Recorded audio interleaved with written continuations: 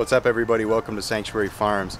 So today I want to share with you a story about how we fixed a problem in our hoop house, which was an excess buildup where we basically had like a pond inside of our hoop house. Now first of all I should say we love the hoop house. It's really been a game changer for our farm. But this video is for you guys that if you installed your hoop house for the first time and you have some excess moisture in certain areas, how you can fix that and what we did to solve that problem.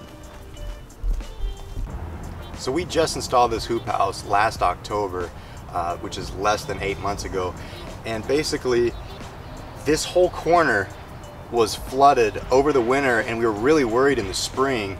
We had such an excess amount of moisture, like a pond, that when you would even stick your foot in it, you would sink about a foot down.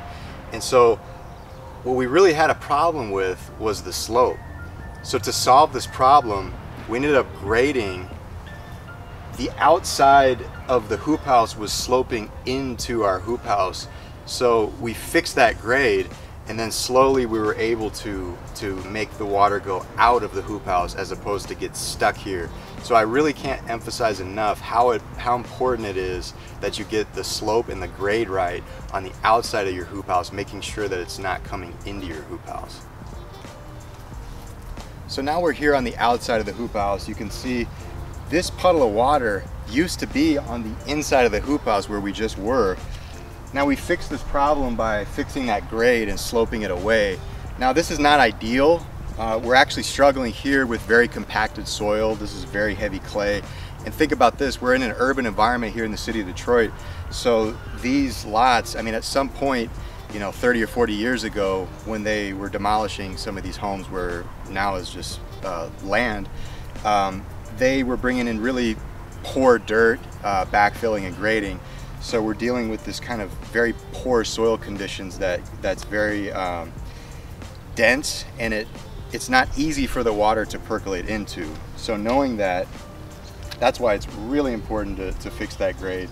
Now we do believe that a lot of this moisture problem over time is going to go away, and we still have work to do to fix this grade even more. We ended up kind of creating more like a trench here, so the water is actually building up from both sides, so we could do an even better job if we made this a perfect slope all the way away from the hoop house as opposed to being a trench. So I hope this video helps you guys ease your fears. If you just installed your hoop house, know that it will get better when you fix that grade, and that the water retention inside the hoop house can be fixed and you can slope it the right way. Thanks for watching.